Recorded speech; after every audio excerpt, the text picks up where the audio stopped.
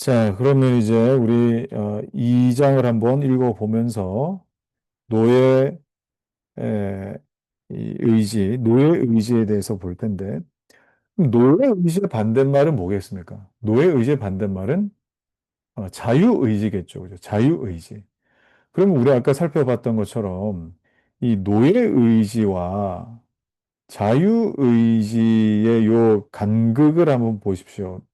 우리가 노예 의지로밖에 드러날 수 없는 지금 형편이라는 것을 원죄를 통해서 이렇게 고발당했어요. 이렇게.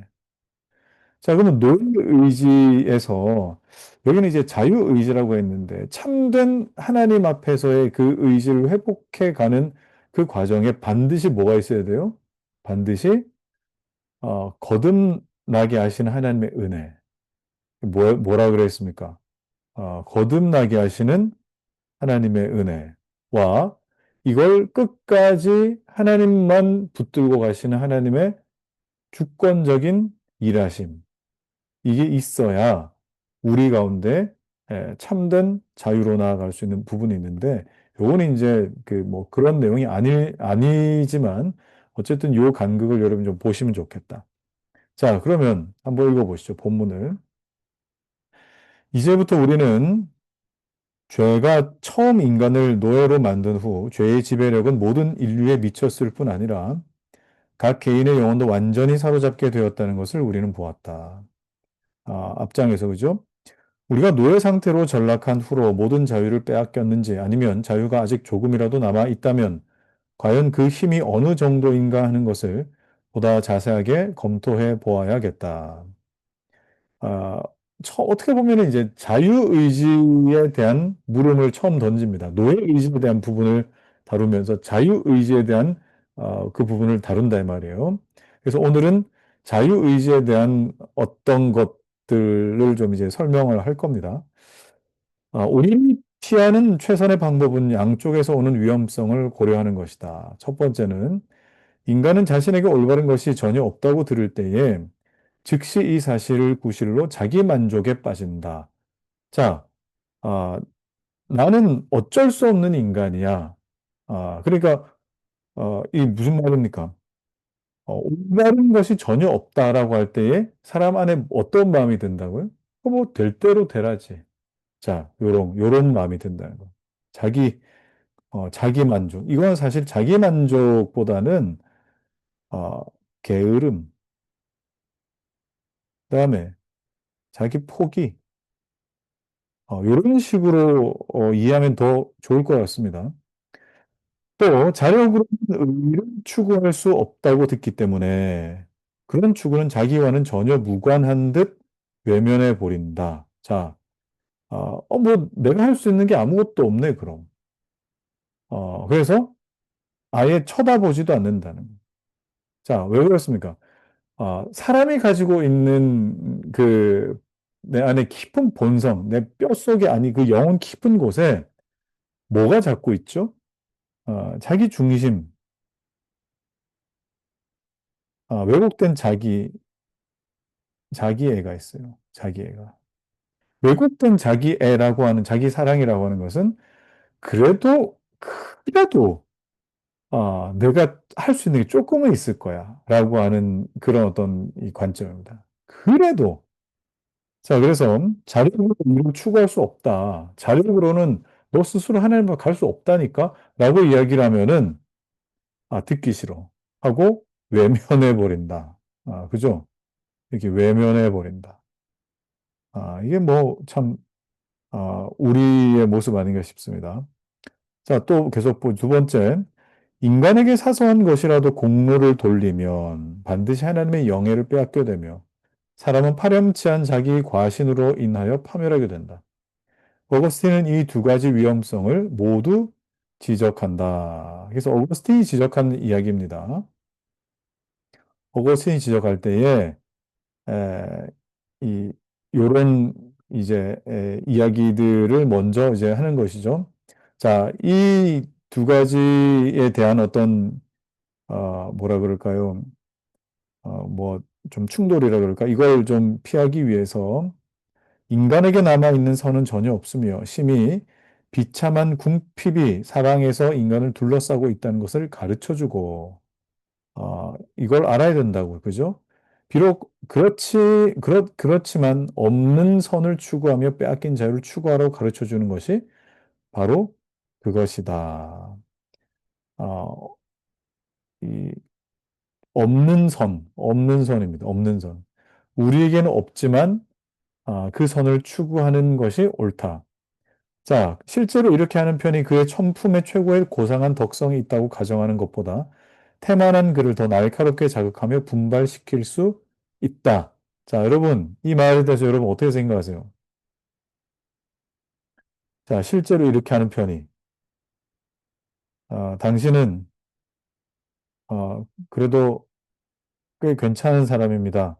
라고 말하는 것보다, 분발시킬 수 있는 말이다. 그래서, 뭐, 물론 제 설교라든지 메시지 자체가, 어, 이렇게 뭐 좀, 어, 뭐 서로 감사하게 만들고 이런 어떤 종류라기보다는 좀 이런 쪽에 좀 가까울 수도 있겠습니다만, 근데 실제로 이렇게 하는 편이 거듭나지 않은 죄인들을 향해서 어떻게 한다고요?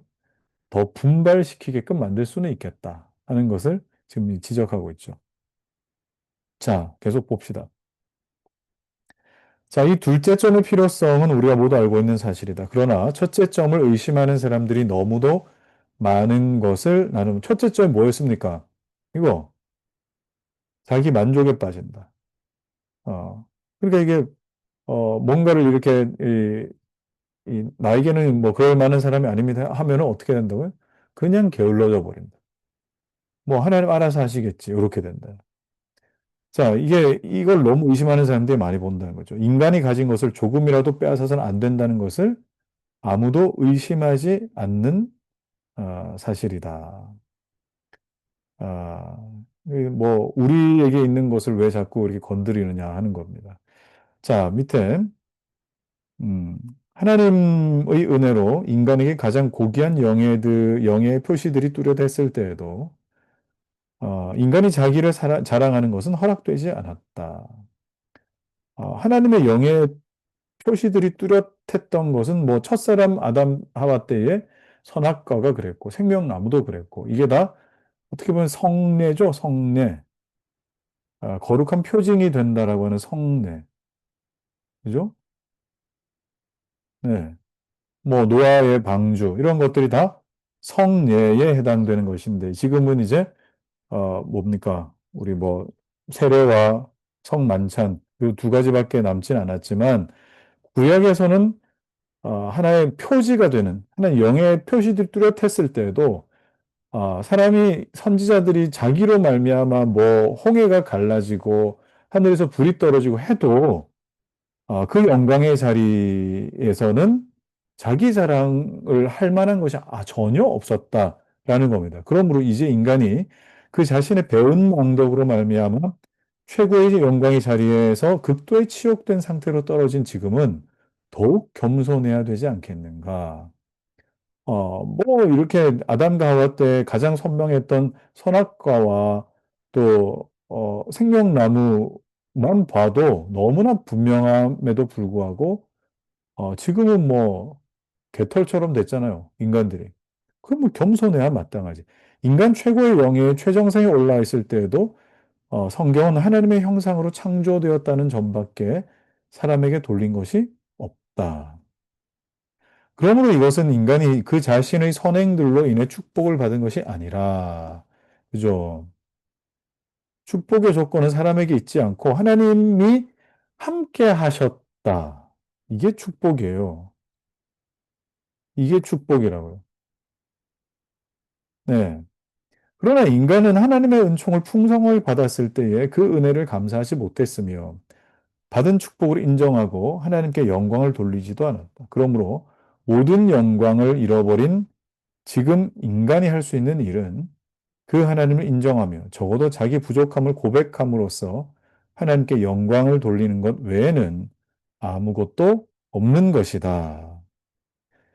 자, 이거는 이제 제가 지금 오늘 어, 성전과 교회에 대해서 제가 그 다음 주 제자훈련의 내용을 지금 하고 있는데, 이게 오늘 되게 좀 내용이 많아서 좀 정리하는 중인데, 성전신학이라고 하는 것이 있습니다, 여러분. 성전신학. 어, 이게 뭐냐면, 어, 하나님께서 이 땅을 창조하실 때에, 아담과 하와가 머물도록 하신 그 에덴 동산이 있습니다. 에덴 동산. 아, 나무 두 그루를 상징해서, 자, 에덴 동산, 이 에덴 동산입니다. 자, 그러면 그 에덴 동산을 창설하기 이전에, 어, 하늘의 궁창과 땅의 바다와, 그죠? 땅과 바다와, 바다와 그 가운데 모든 것을 만들고, 뭐 나무와 동물들 이렇게 다 만드셨어요. 근데 이 과정들을 가만히 보면 나중에 성막과 뭐 성전의 원시적인 모습인 성막과 성전이 지어질 때의 모습을 가만히 보면, 요 내용과 비슷하다는 걸 알 수 있어요. 어, 그레고리 케이 빌이라고 하는, 케이 빌이라고 하는 그, 학자가 있는데, 이 학자가 이 성전 신학에 대해서 쭉 설명했던 그 내용들을 제가 오늘 좀 이 공부를 하면서, 야, 참, 정말 하나님은 처음부터 마지막 새하늘 새 땅이 임하는 그때까지 성전 짓고, 그리고 성전을 완성하기를 그렇게 원하고 원하셨구나 하는 것을 어, 알 수 있겠더라고요. 여러분, 성전이라고 하는 게 뭡니까? 성전은 곧 아, 하나님의 처소거든요.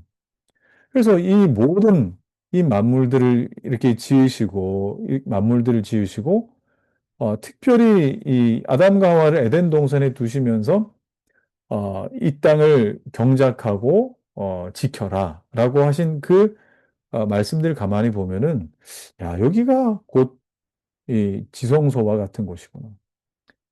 그리고 이 땅은, 땅은 뭡니까? 땅과 바다는 이게 성전 뜰, 이 하늘의 이 세계들과 빛들은 다 뭐예요? 이건 성전.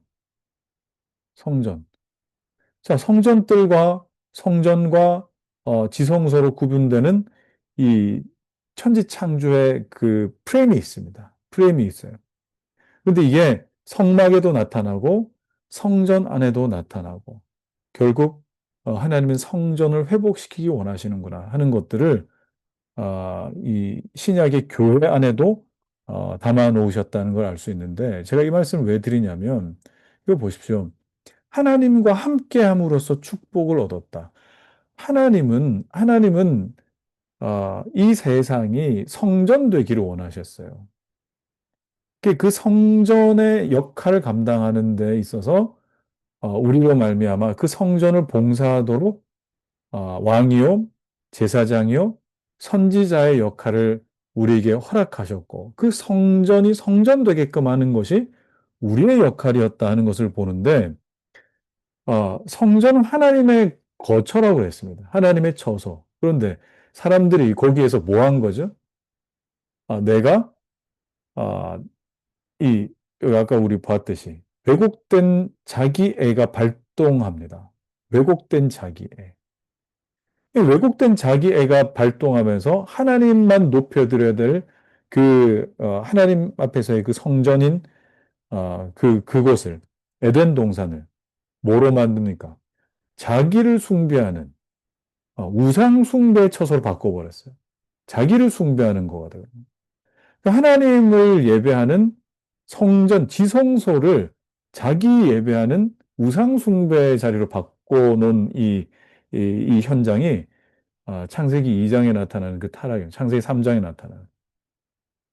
이걸 갖다가 성막으로도 만드시고, 성전으로 또 회복시키시고, 또 이걸 내가 곧 성전이다 말씀하시는 이 예수께서 오시고 또 그의 영을 부으셔서 교회를 삼으시고 마지막 이 요한계시록의 새하늘 새 땅까지 임하는 이 모든 일련의 과정을 보면은 결국 하나님은 성전을 회복시키기 원하셨구나 하는 것을 여러분들이 좀 알았으면 좋겠습니다. 자, 우리 그다음 보시죠.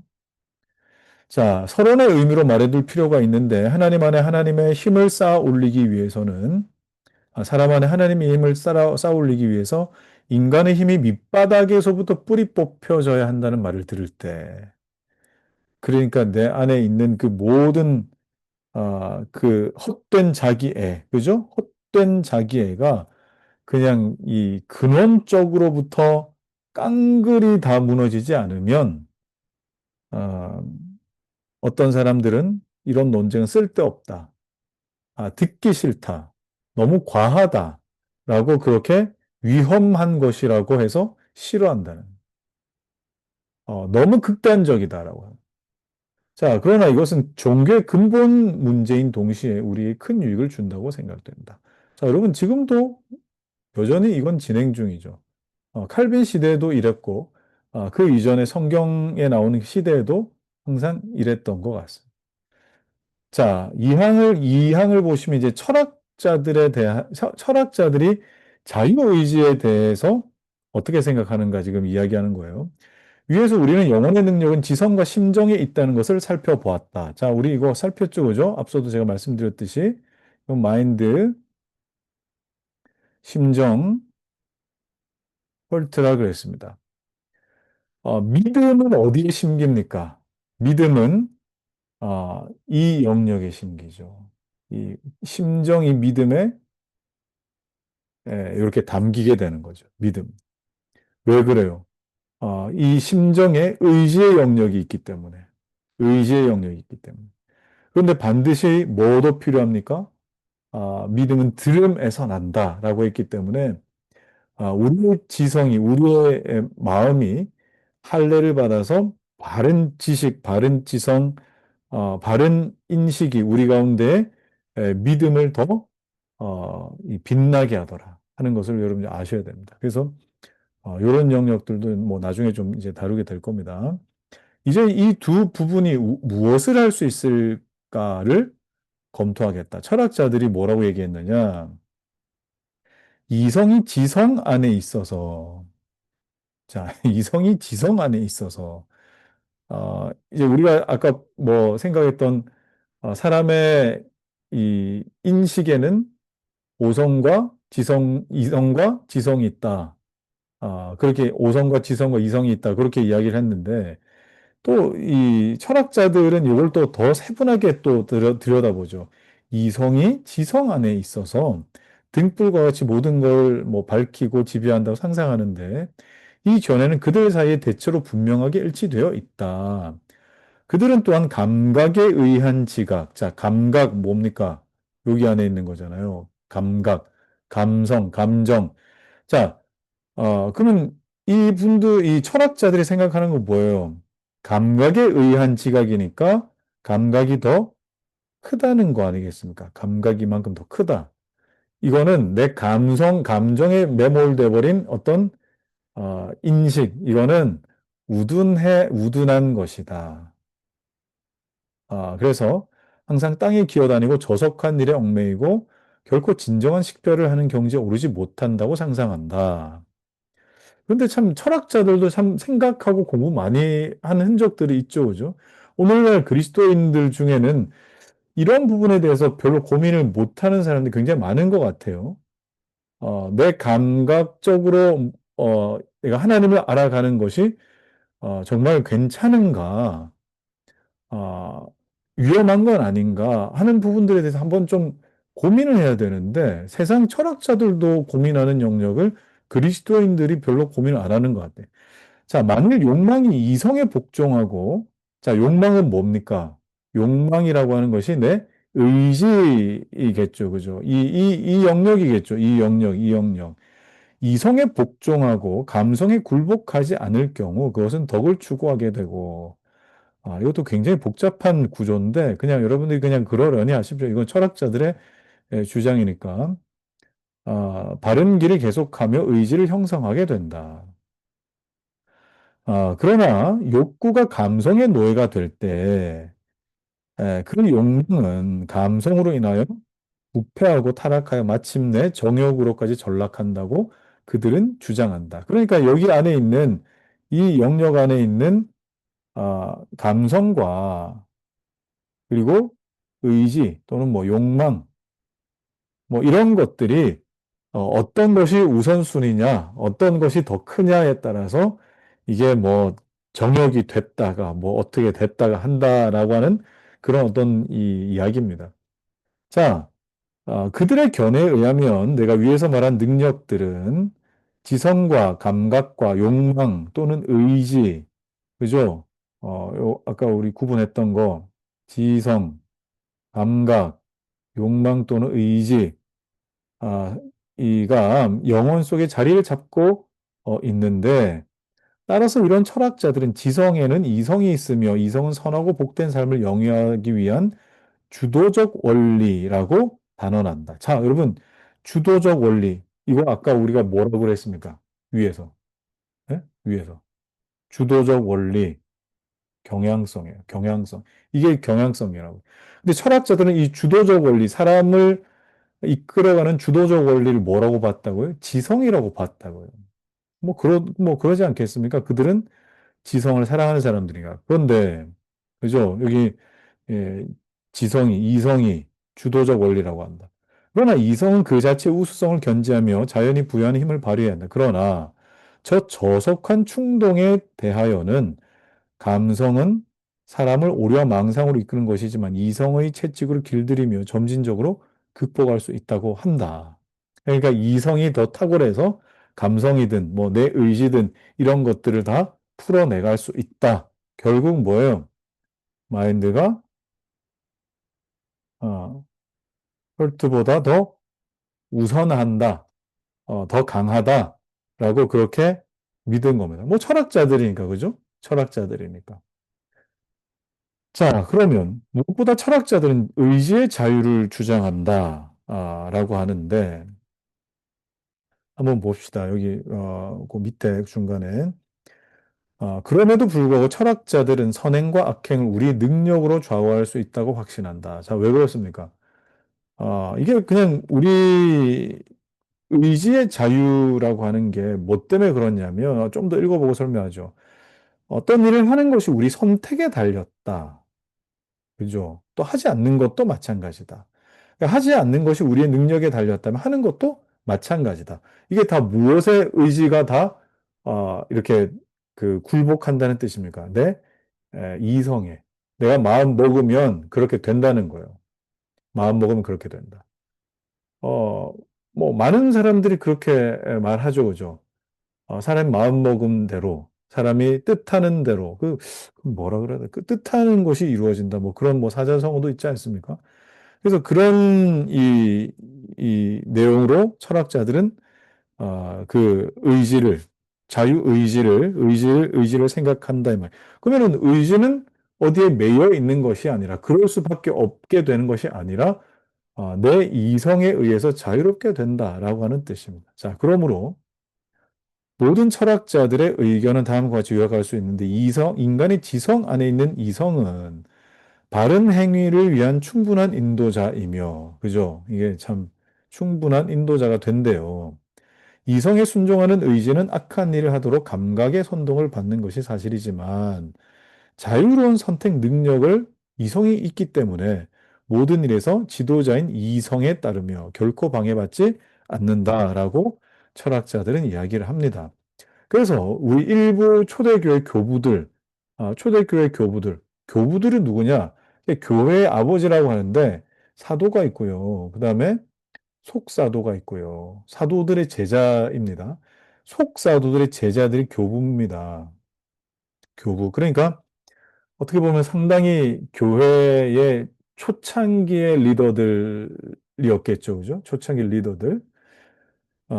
그러니까 어떻게 보면은 뭐, 초창기였기 때문에 이 신학적인 어떤 그 구조라든지 명쾌함이라든지 이게 다 완성되지 못했던 그런 때의 이 분들입니다. 자, 교회 저술가라고 나오는 게 이제 이 교부들을 의미합니다. 자, 교회 저술가, 그들 중에는 지나치게 철학자들에게 가까이 간 사람들도 많이 있다. 그죠? 지금 이제 교부들의 신학이 아직 정립되지 못했던 상태이기 때문에 그 중에 초기 사람들이 인간의 능력을 높이 평가한 데는 두 가지 목적과 이유가 있는데, 당시 교부들이 그렇게 철학자들의 의견을 수용했던 이유가 뭐냐? 첫째로, 인간의 무력을 솔직하게 고백하면 그들과 대립 관계에 있던 철학자들의 조롱을 받았을 것이기 때문에, 무력하다 그러면 똑똑함을 자랑하는 철학자들이, 그래, 니네는 무력한, 무식한 인간들이야 하고, 그렇게 그리스도인들 폄하하고 놀릴 것이기 때문에, 어느 정도는 우리는 그래도 이성의 어떤 지배를 받는다. 이렇게 이제 생각을 한 거예요. 그렇게 주장을 했어요. 자, 두 번째, 선에 대해서 이미 무관심한 육체에게 나태할 새로운 기회를 주고 싶지 않았던 것이다. 자, 그러니까 뭐 기독교 선에 대해서 무관심한데 우리는 무지해. 이렇게 해버리면은 앞에서 우리가 봤던 것처럼 뭐 그러면 뭐 아무리 뭐 해도 소용없겠네.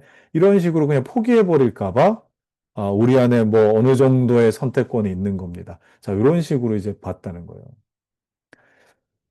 자, 이래서 사람들의 상식적 판단입니다. 상식적 판단. 자, 그냥 상식적으로 뭐 그럴 수 있겠다 하는 것으로 성경의 교리와 철학자들의 신념을 조화시키려고 했었다. 그래서 여러분 요 크리소스톰이나 제롬도 그들 중에 물론 참 위대한 신앙인들인데 시대가 가지고 있는 그런 또 부분들이 있으니까 이런 부분들을 한번 참고해 보시기 바랍니다. 자, 후대의 다른 저자들은 각각 인간성을 교묘하게 옹호하노라고 자랑하고자 했지만 점점 타락하여 마침내 사람은 감성 부분에서만 부패하고, 그러니까 감성 어딘지 아시겠죠? 그 헐트의 한 부분인 이 감성, 이성은 완전 무결하며 마인드는 타락하지 않았다는 거예요. 예. 의지 또한 대부분 손상이 없다. 자, 그러면 어, 그 마인드 헐트 중에서 감성만 완전히 부패해졌고, 그래서 감성을 따르는 것은 참 저급한 것이고, 우리의 이성 그리고 여전히 견고한 90% 이상은 살아남은 우리 의지, 여기는 우리는 할 수 있다. 이렇게 되는 거예요. 우리는 하나님 뜻을 수행할 수 있다. 자, 그런 의미가 되는 거죠. 자, 그러면 이제 자유의지라고 하는 것은 상당히 긍정적인 뭐가 될까요? 긍정적인 이슈가 될 겁니다. 어, 초대 교부 때부터 이렇게 철학자들과 더불어 이렇게 쌓아온 이런 개념에 의하면 자, 그래서 당시 교부 중 한 명이었던 오리겐이라는 사람은 이렇게 말을 했어요. 자유의지는 선악을 구별하는 이성의 능력이며, 그죠? 이성의 능력이며, 선악을 선택하는 의지의 능력이다. 앞서 우리 철학자도가 저거 했던, 타협해가지고 결론이 도출됐던 부분들. 이성은 살아있다. 의지는 조금 상했다. 그래도 괜찮다. 그래서 이성의 능력이며 의지의 능력이다. 자, 그런데 뒤에 또 이런 단서를 붙이죠. 은총의 도움을 받아서 선을 선택하며 은총이 없을 때에 악을 택하는 이성과 의지의 능력을 자유의지라고 한 어거스틴도 오리겐과 의견이 다르지 않다. 자, 이게 뭡니까? 이게 어거스틴은 뭐라고 했습니까? 은총의 도움을 받아서 이 선을 택할 수 있는 것이 우리다. 은혜가 없으면은 우리는 항상 악을 택할 수밖에 없다. 이렇게 이야기를 했다라는 것이죠. 자, 그 결과 롬바르드와 스콜라 이 학자들은 철학자들입니다. 어거스틴의 정의를 더 좋아했는데 그것은 어거스틴의 정의가 더 분명하고 하나님 은총을 배제하지 않았기 때문이다. 자, 은총이 없으면 의지는 자체만으로 성립할 수 없다는 것을 그들은 깨달았다. 그죠? 그러나 그들은 자기의 생각을 제시하면서 그것이 더 좋거나 혹은 설명을 더욱 자세히 하는 데 도움이 된다고 생각했다. 첫째, 선악을 구별하는 것은 이성이 하는 일이며, 자, 여기도 좀 오류가 있습니다. 이성이 하는 일이며, 의지라는 명사는 이성을 가리키는 데 써야 한다고 그들은 의견을 일치했다. 이 자유로운이라는 형용사는 좌우 어느 쪽이든 택할 수 있는 의지에 속하는 것이라고 했다. 그리하여 토마스는 원래 자유는 의지에 속하는 것이며, 그러므로 자유의지는 선택 능력이라 불리는 것이 가장 적합할 것이라고 이야기를 했다라는 것이죠. 자, 그 다음에 이런 능력은 이 지성과 욕구의 혼합으로 생긴 것이지만 보다 욕구 쪽으로 기울어진다. 욕구는 이제 의지를 의미하는 거죠. 여러분, 아까 우리 마인드 허트 할때 마인드와 이 헐트, 특별히 이건 윌입니다. 윌.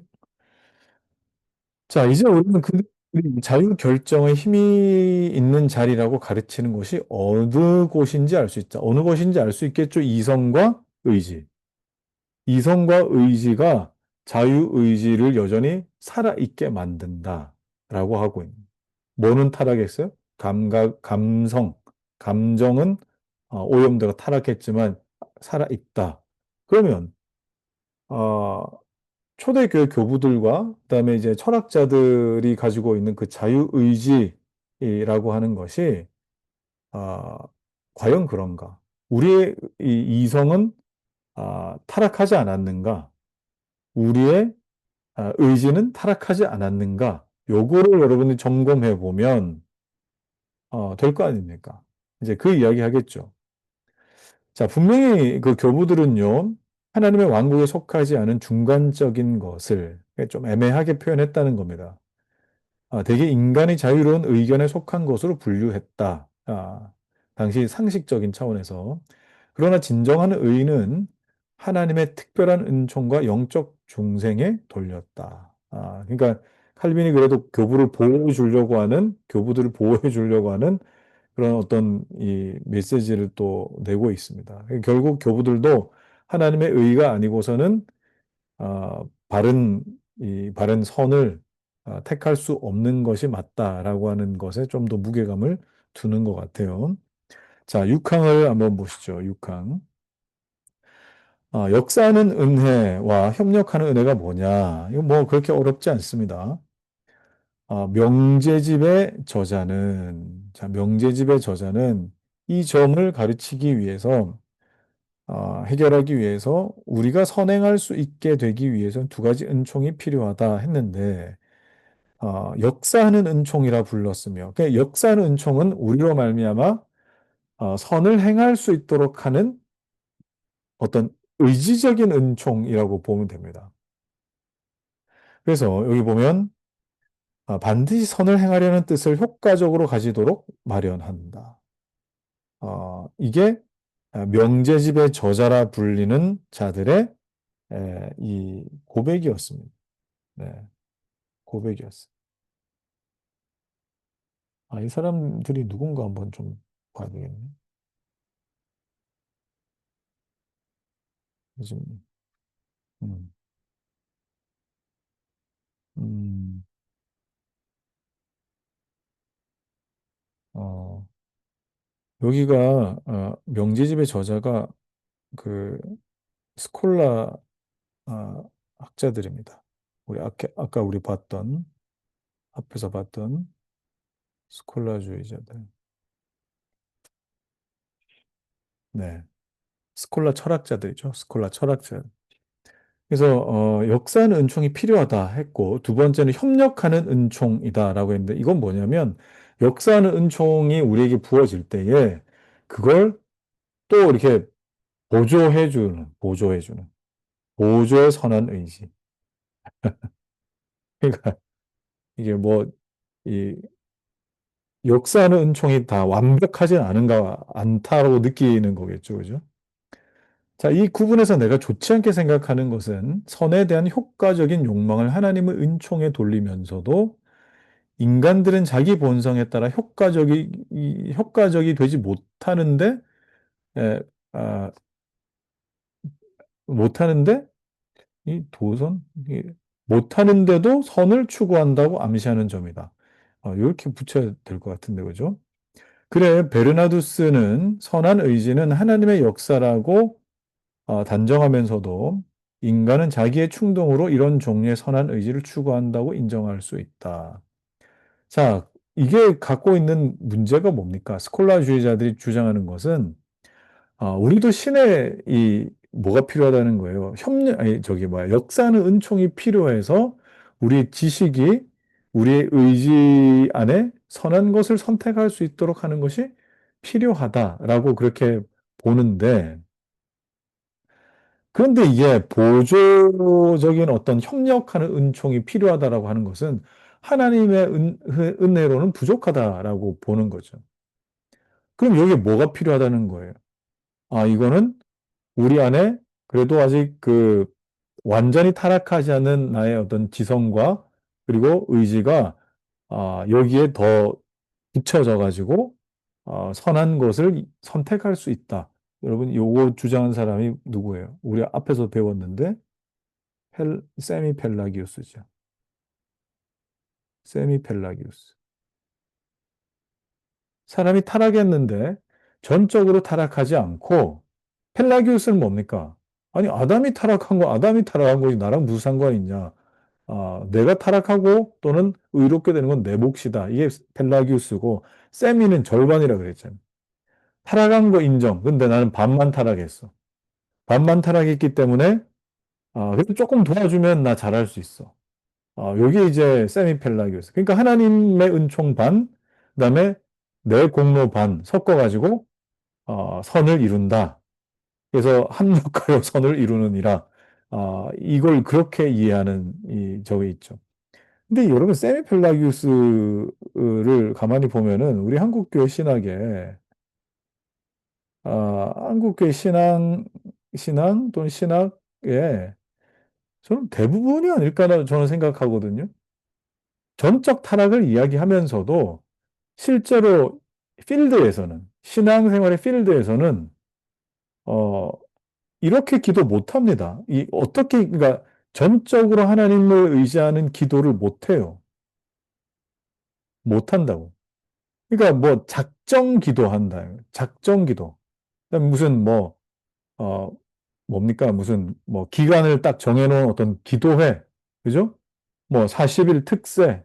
이런 것에 내 부여하는 내 도덕성이나 내 양심이나 그런 것에 한 번이라도 빠지면 거기에 어떤 좀 부족한 것처럼 느끼고 이걸 다 했더니 하나님 큰 응답이 있었고 이런 것들이 이 메시지를 주는 것들이 뭡니까? 이런 거 아니겠습니까? 이런 거. 정말. 하나님께서 전적으로 역사하시는 이 부분에 대해서 나도 뭔가를 이렇게 보태려고 하는 이런 부분들. 밑에 것들은 여러분 읽어보시기 바라고요. 다음 7항 한번 보시죠. 인간에게 이런 종류의 자유 결정권이 있다고 말하는 것은 그가 선과 악을 선택하는 힘을 동등하게 가졌기 때문이 아니라 강요를 받지 않고도 자기 의지로 악한 행동을 하기 때문이라고 한다. 그러니까 내가 악한 걸 하는 것은 내 안에 있는 죄를 선택할 수밖에 없는 죄로 인한 그 강요. 아까 우리 1장에서 배웠던 죄책과 오염. 오염이 뭘 한다고요? 우리로 말미암아 악한 행동을 강요한다고. 이게 뭡니까? 우리가 보고 있는 관점이에요. 그런데 어, 우리는 강요받는 게 아니라 내가 선택하는 거라니까라고 하는 게 뭡니까? 이걸 자유의지라고 보는 거죠. 근데 우리는 그걸 자유의지라고 보지 않고 뭐라고 본다고요? 노예의지라고 본다고요. 노예의지. 그러니까 어떻게 보면 자유의지와 노예의지는 한 끗 차이예요. 한 끗 차이라고. 예. 근데 이 사람들은 뭐라고 봅니까? 아, 그거 우리가 선택한 건데? 예, 라고 보는 것이죠. 자, 이렇게. 실로 이 말은 사실이다. 그러나, 그러나, 아, 이런 사소한 것에 이런 훌륭한 이름을 붙인들, 그게 정말 그런 의미가 되느냐. 인간이 강제로 죄를 넘기는 것은 아니지만 자원에서 노예가 된 거 아니냐. 그래서 자원에서 노예가 된 것의 결과인 것이지 내가 너무 선하고 악한 것을 스스로 선택할 수 있기 때문에 그런 능력으로 내가 악한 것을 선택할 수 있다고 말해서는 안 된다. 내가 제일 처음에 죄의 노예가 되려고 선택한 거는 맞는데, 여러분 그런 뜻이겠죠, 그죠? 그래서 인간의 의지는 죄의 족쇄로 묶여 있다고 하니, 그러니까 인간의 의지라고 그 자유의지라고 하는 게 스스로 죄의 족쇄로 들어가 묶였다고 하니 참 대단한 자유 납셨다. 그렇게 지금 비꼬는 뜻이죠. 나는 묻고자 한다. 인간에게 자유의지가 있다는 말을 들을 때 자신이 바로 자기의 마음과 의지의 주인공이며 자기 힘으로 선악간 어느 쪽으로든지 향할 수 있다고 생각하지 않는 사람이 과연 얼마나 되겠는가. 자, 그러니까 자유의지가 있어 했을 때, 아, 나는 얼마든지 바르게 살 수 있어.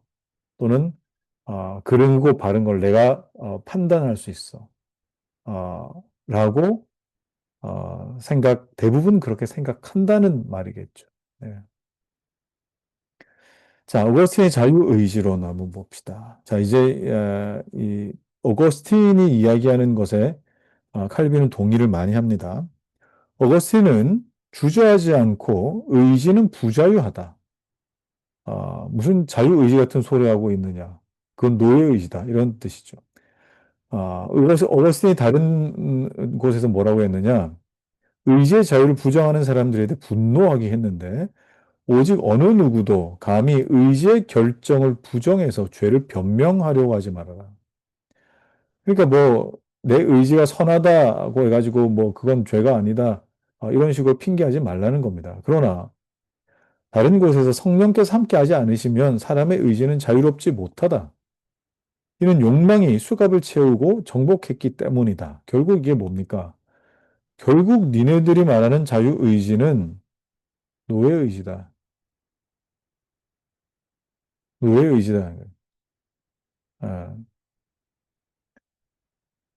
그다음에 마찬가지로 의지가 죄악에 빠져 정복을 당했을 때 인간 본성은 그 자유를 잃기 시작했다.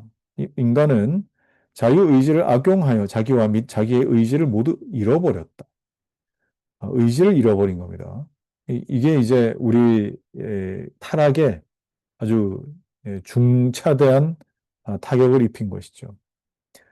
자유의지는 노예가 돼요. 그죠? 이제 슬슬 본론을 이야기하죠.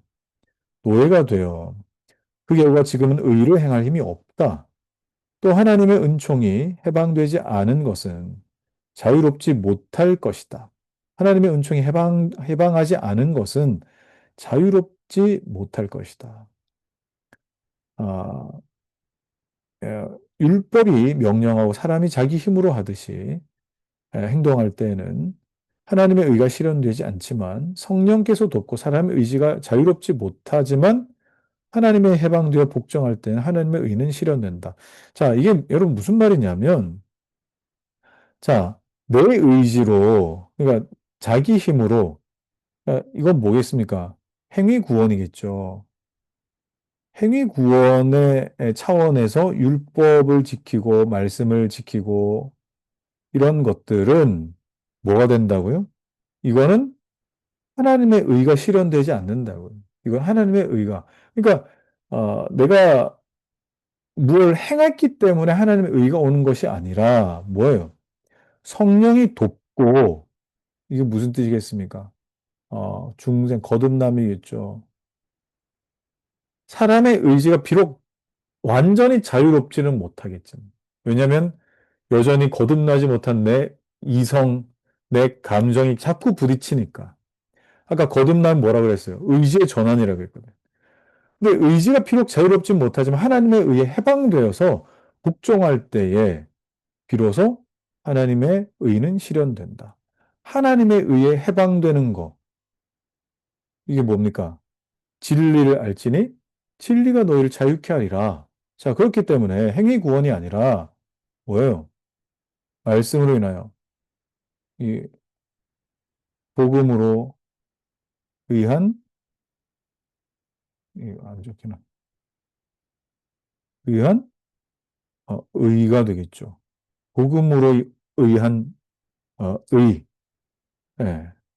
그래서 그래야만 하나님의 의가 실현된다. 이 의라고 하는 건 뭡니까? 하나님과의 관계를 뜻합니다. 관계. 예. 자, 그러면 기독교는 행위 구원, 곧 내가 하나님을 찾아가는 신앙이 아니죠. 하나님께서 나를 찾아오신 복음으로 의한 의니까 하나님께서 나를 찾아오신 그 의가 되는 것입니다. 그래서 어떻게 보면은 여러분 요 내용이 자 보십시오. 이 하나님에 의해 해방되는 것, 성령께서 도와서 하나님에 의해 해방되는 것, 복음으로 인한 의가 된다라고 하는 것은 성령께서 어때요? 이제 거듭난 영혼들에게 이 율법이 우리에게 구원의 조건으로서 준수하는 것이 아니라 이제는 율법이 우리 안에 기쁨으로 자유의 표현으로 지켜지는 것이 되더라 이 말입니다. 자유의 표현으로 지켜지는 것. 예. 그 하나님 말씀을 지킴이 그런 차원입니다. 자, 그래서 은총이 없어도 자기들에게 자유의지가 있다고 하는 사람들을 꾸짖으며 그러면 어찌하여 비참한 인간들은 자유를 얻기도 전에 감히 자유의지를 자랑하느냐. 어, 자유가 없어 보이는데 어떻게 자유의지가 있다고 하느냐. 또는 이미 자유를 얻었다면 자기 힘을 자랑하는 것인가? 자유의지란 말에 자유가 내포된 듯한 사실을 그들은 보려고 하지 않는다. 주의 영이 계신 곳에 자유함이 있다. 그러므로 그들이 죄의 노예라면 무슨 까닭으로 그들은 자유의지를 자랑하는가? 전혀 자유로워 보이지 않는데. 예? 그 말이죠.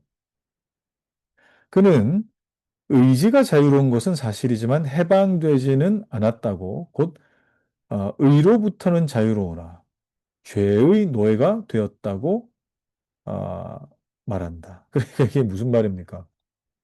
아, 이 의로부터는 자유로워졌다. 그러니까 하나님과의 관계로부터는 떠났다는 거예요. 예? 하나님 관계로부터는 떠났고 죄로부터는 어때요? 죄엔 속박되어 있다. 그 말입니다. 그래서 사람은 의지의 결정에 의해서만 의로부터 자유롭게 되며 자, 이 중요한 표현이죠. 의지의 결정. 그러니까 어, 우리가 죄책으로부터 돌이키게 되는 우리의 주된 성향, 경향이 바뀌게 되는 것이 뭡니까?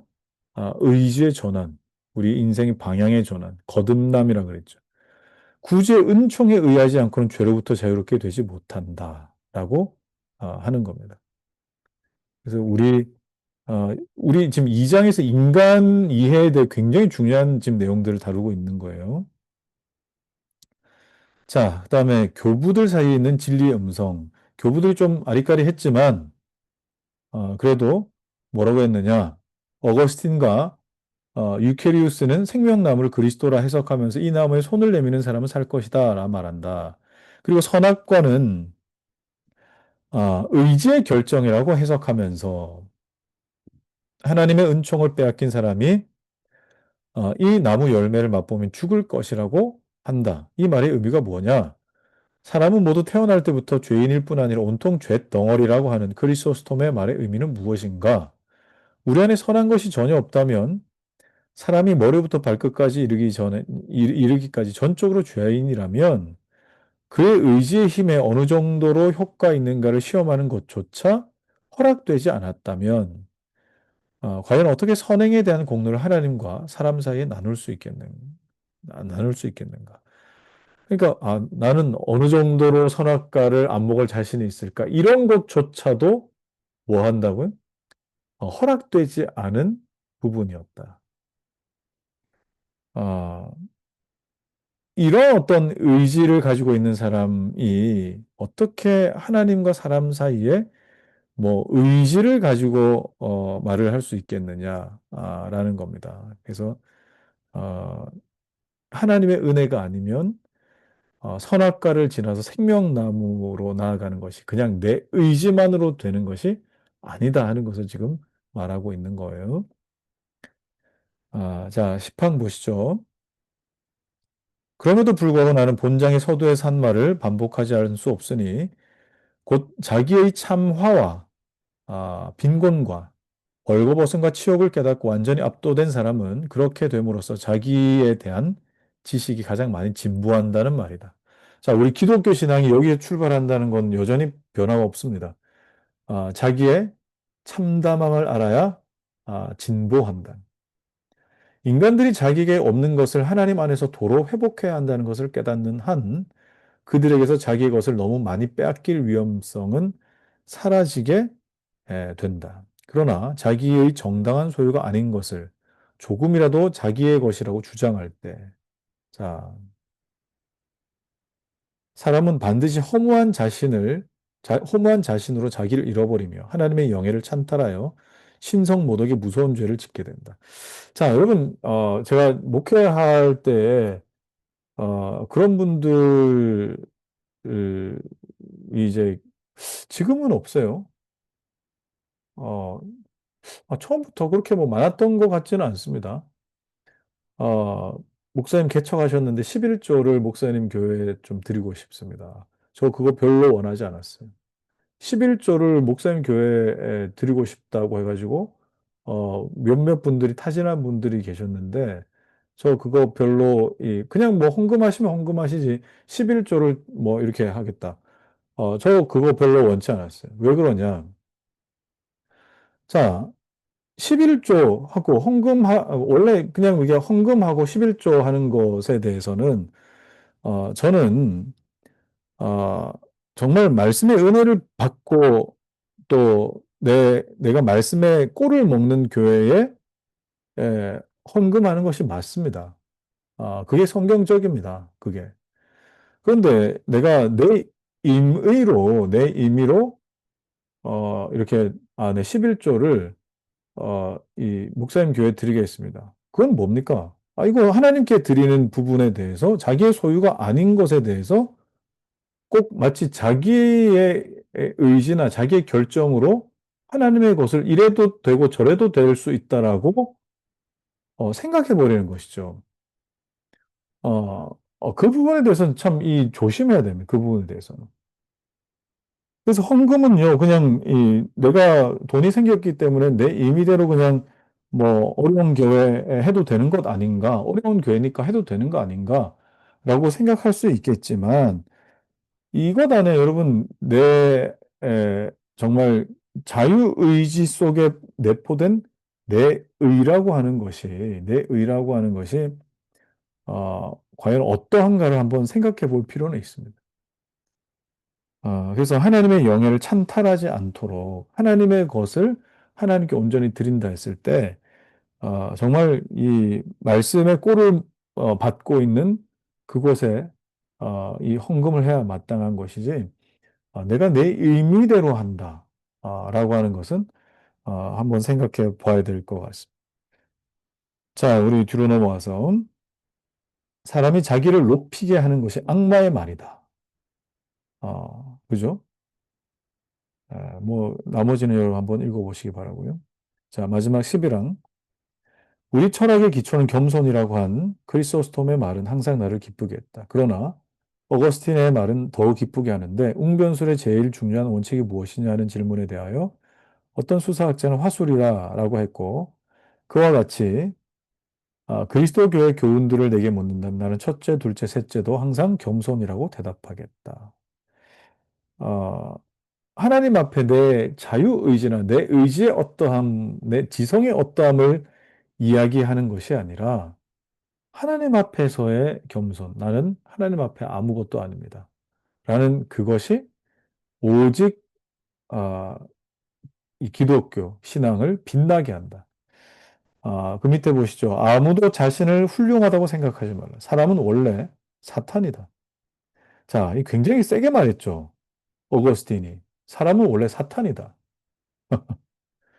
자, 이게 여러분 이게 어떤 걸 근거로 합니까? 네, 아비는 마귀니라. 네 아비는 마귀니라. 이렇게 이 말씀하셨던 예수님. 그래서 본질상 진노의 자녀, 날 때부터 죄인 이런 것들이 다 이런 어떤 표현이죠. 우리 자체가 사탄이다 이렇게 생각하시면 안 됩니다. 사람의 복은 오직 하나님께로부터만 온. 우리 자신의 것은 죄뿐이 아닌가. 너 자신의 것인 죄를 버리라. 왜냐하면 의인은 하나님께로서 오기 때문이다. 또 무엇 때문에 우리는 그렇게도 인간성의 능력을 중요시하는가? 그것은 상하고 부서지고 혼란하고 망하였다. 우리에게 필요한 것은 진실한 고백이지. 자, 진실한 고백이에요. 항상 하나님은 이 고백 위에 하나님 은혜를 주시고 이 고백 위에 교회를 세우셨어요. 거짓된 자기 변호가 아니다. 누구든지 자기만으로는 아무것도 아니며 자기에게서는 도움을 얻을 수 없다고 깨달을 때에 그의 안에 있는 무기는 파기되고 전쟁은 끝이 난다. 모든 불경건의 무기를 우리는 부수고 태워버려야 한다. 우리는 아무런 무기도 갖지 않은 상태로 있어야 하며 우리 자신 안에 아무 도움이 없어야 한다. 자, 참 굉장히 어, 참 뭐라 그럴까요? 예, 우리가 생각할 때는 너무 이렇게까지 해야 되나 하는 생각이 들 정도로 우리 자신의 힘이 약해질수록 주님은 더욱 우리를 받아주실 것이다. 그래서 시편 70편을 해석할 때에 뭐라고 했습니까? 하나님의 의를 알기 위하여 우리의 의를 기억하지 말라고 한다. 그리고 하나님께서 우리에게 은총을 주시기 때문에 우리는 우리 자신이 아무것도 아님을 깨닫게 된다는 것을 밝히게 된다. 자, 이제 이렇게 우리 노예, 노예 의지 그리고 뭐 사실 철학자들의 영향을 받은 교부들 그리고 그들 가운데에 어거스틴의 주장들을 근거로 한 요 내용들을 우리가 좀 살폈습니다. 네, 아유, 뭐 시간 또 벌써 이렇게 됐네. 자, 우리 잠시 기도하고 마무리하겠습니다. 하나님, 사람이 끊임없이 고집하는 이 의지와 또 내 전 인격은 하나님의 은혜가 아니고서는 결코 바뀔 수 없는 완고함이라는 것을 우리는 잘 압니다. 하나님 우리의 의지를 꺾으시되 사람이 주를 이기지 못하게 하시는 그 은혜가 우리 모두에게 있게 하여 주옵소서. 예수 그리스도의 이름으로 기도하옵나이다. 아멘.